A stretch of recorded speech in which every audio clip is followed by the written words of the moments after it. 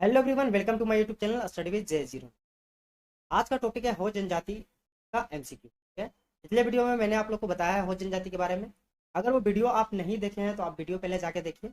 उसके बाद हो जनजाति से रिलेटेड जो मैं एमसीक्यू अभी बनाने वाला हूँ, इस वीडियो को आप देखिएगा, आपके लिए बेहतर होगा। ठीक है, तो आज का टॉपिक है हो जनजाति का एमसीक्यू। चलिए, क्वेश्चन नंबर 1 है कि जनसंख्या की दृष्टि से झारखंड की चौथी सबसे बड़ी जनजाति कौन सी है। इसका आंसर होगा ऑप्शन बी, हो जनजाति जो है जनसंख्या की दृष्टि से झारखंड की चौथी सबसे बड़ी जनजाति। पहला नंबर पे आता है संथाल जनजाति, दूसरा पे आता है उरांव, और तीसरा आता है मुंडा जनजाति, और फोर्थ नंबर पे है हो जनजाति। ठीक है, क्वेश्चन नंबर दूसरा, प्रजातीय दृष्टि से हो जनजाति को किस श्रेणी में रखा जाता है।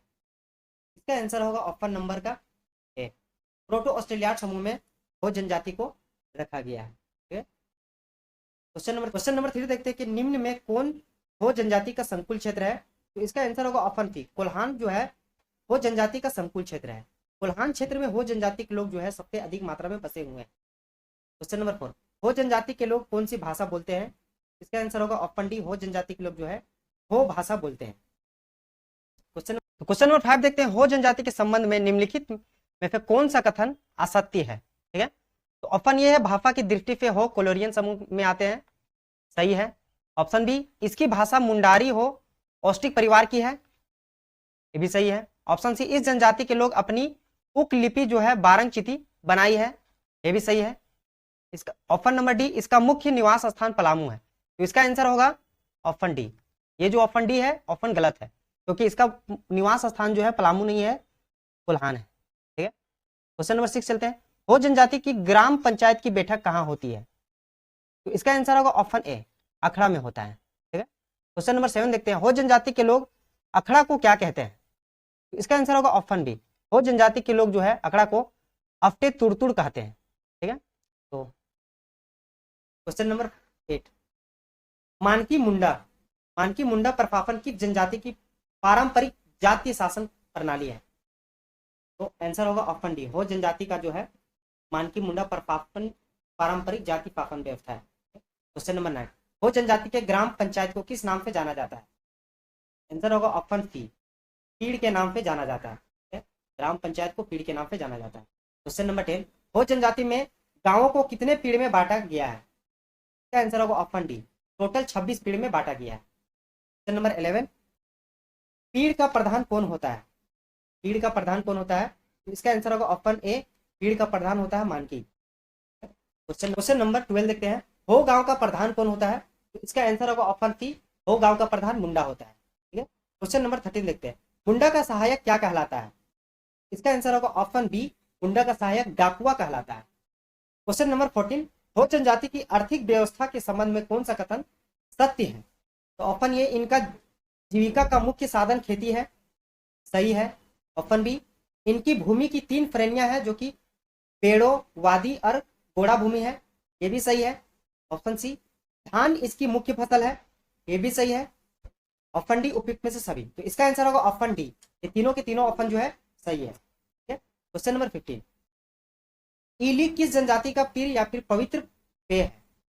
इसका आंसर होगा ऑप्शन सी, हो जनजाति का जो है पीर या फिर पवित्र पेय पदार्थ होता है, और इनके जो धार्मिक अनुष्ठान होते हैं, जितने भी पूजा पाठ होता है उसमें इसका प्रयोग किया जाता है। क्वेश्चन नंबर 16, हो जनजाति के संबंध में कौन सा कथन सत्य है। ऑप्शन ए, हो परिवार पितृसत्तात्मक एवं पितृवंश होता है, सही है। ऑप्शन बी, पिता परिवार का मुखिया कर्ता धर्ता होता है, ये भी ऑप्शन सही है। ऑप्शन सी, परिवार की गिनती चूल्हों की संख्या से होती है, ये भी सही है। और ऑप्शन डी, उपयुक्त में सभी। इसका आंसर होगा ऑप्शन डी। ठीक है, क्वेश्चन नंबर 17, जनजातियों में महिलाओं को निम्न में क्या निषेध है।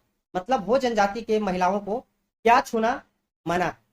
ऑप्शन ए, व तीर धनुष चलाना व छूना मना है, ऑप्शन ए सही है।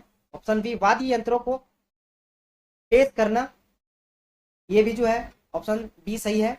और ऑप्शन सी, ये और भी दोनों। इसका आंसर होगा ऑप्शन सी, वो महिलाओं का जो है वो महिलाएं तीर धनुष चलाना भी नहीं सकती है और छू भी नहीं सकती। ठीक है, और ऑप्शन बी में है कि वाद्य यंत्रों को पेश करना, मतलब वाद्य यंत्रों को भी नहीं छू सकती है ये लोग। क्वेश्चन नंबर 18 देखते हैं, निम्न में से किसे हो जनजाति के लोग राजनीतिक इकाई मानते हैं? तो इसका आंसर होगा ऑप्शन ए, धातु को जो है हो जनजाति के लोग राजनीतिक इकाई मानते हैं। क्वेश्चन नंबर 19, रिजले ने हो जनजाति के कितने गोत्रों का जिक्र किया है? इसका आंसर होगा ऑप्शन डी, टोटल जो है 46 गोत्र का जिक्र किया है रिजले ने। क्वेश्चन नंबर 20 देखते हैं, हो जनजाति के लोग पिता के लिए किस शब्द का प्रयोग करते हैं? ठीक है, तो इसका आंसर होगा ऑप्शन डी, अप्पू का प्रयोग करते हैं। ठीक है, क्वेश्चन नंबर 21, हो जनजाति के विवाह के संबंध में कौन सा कथन असत्य है? ऑप्शन ये है, ये प्रायः एक विवाही होते हैं, ऑप्शन ये सही है। ऑप्शन बी, विवाह जाति के भीतर किंतु गोत्र के बाहर होता है, ये भी ऑप्शन बी सही है। इनमें समगोत्रीय विवाह का प्रचलन काफी है, ये ऑप्शन सी गलत है। तो इसका आंसर होगा ऑप्शन सी गलत है। ऑप्शन डी क्या है ये भी देख लेते हैं, आदि बापला और दीकू आदि ओपर तिपी राजी खुशी अनादर आदि इन विवाहों का प्रकार है। ठीक है, ये भी ऑप्शन सही है। ठीक है, तो इसका आंसर होगा ऑप्शन सी, ये ऑप्शन सी जो है गलत है। क्वेश्चन नंबर 22 देखते हैं, निम्न में से विवाह का कौन सा रूप हो जनजाति में नहीं पाया जाता है? ऑप्शन ये है आदि, बी ओपर्तिपी और सी दीकू आदि और डी किरिंग बापला। तो इसका आंसर होगा ऑप्शन डी, किरिंग बापला विवाह जो है वो हो जनजाति में नहीं पाया जाता है। बाकी ये तीनों जो है आदि विवाह, ओपर्तिपी विवाह और दीकू आदि विवाह पाया जाता है। क्वेश्चन नंबर 23 देखते हैं, हो जनजातियों में विवाह का सर्वाधिक प्रचलित रूप क्या है? तो ऑप्शन ये है आंधी विवाह, जो कि हो जनजाति में सर्वाधिक प्रचलित है।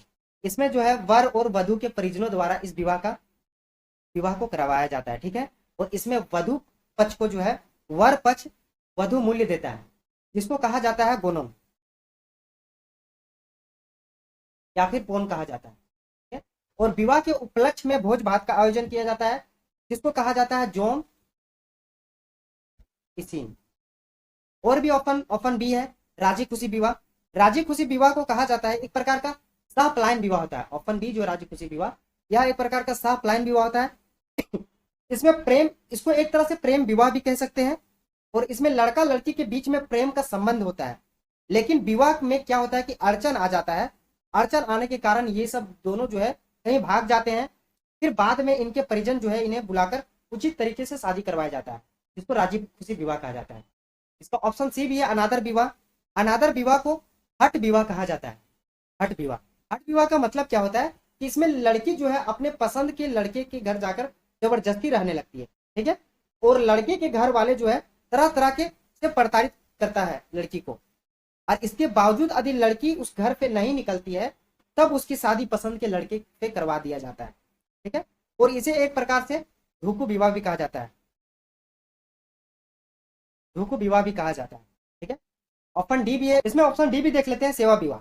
सेवा विवाह क्या होता है? यह जो है गरीब परिवार में प्रचलित है, जिसमें लड़का जो है वधु मूल्य नहीं चुका पाने के कारण जो है सेवा विवाह कहा जाता है। तो इसमें जो है लड़का क्या करता है कि अपना जो भावी सास ससुर होता है, जो होने वाला होता है, उसका घर में जाके अपना सास ससुर का सेवा करता है, और सेवा करने के बाद जब उसके सास ससुर खुश हो जाते हैं उसके सेवा से, तो वो अपनी बेटी का विवाह इस लड़के से करवा दिया जाता है, जिसको सेवा विवाह कहा जाता है।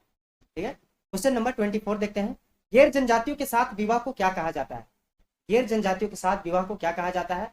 यहाँ गैर जनजाति का मतलब है कि जनजाति जो है एसटी जैसे एसटी की लड़की से जैसे हो गया वो ओबीसी हो गया, फिर एससी के लड़के पे अगर शादी हो जा रहा है तो उसको गैर जनजाति कहा जाता है। ठीक है, तो उस विवाह को क्या कहा जाता है? तो इसका ऑप्शन होगा बी, इसको दीकू आदि विवाह कहा जाता है। क्वेश्चन नंबर 25, क्वेश्चन नंबर 25 देखते हैं, निम्न में से कौन सा विवाह को मैरिज बाय कैप्चर के नाम से जाना जाता है?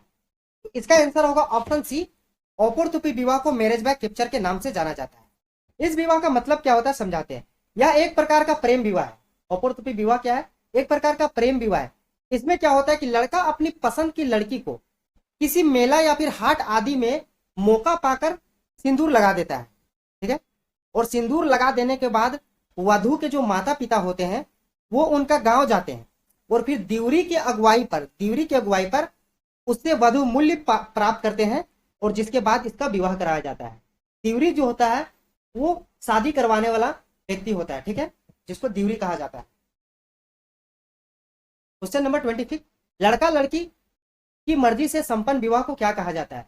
तो इसका आंसर होगा ऑप्शन बी, राजी खुशी विवाह को लड़का लड़की के मर्जी से संपन्न विवाह कहलाता है।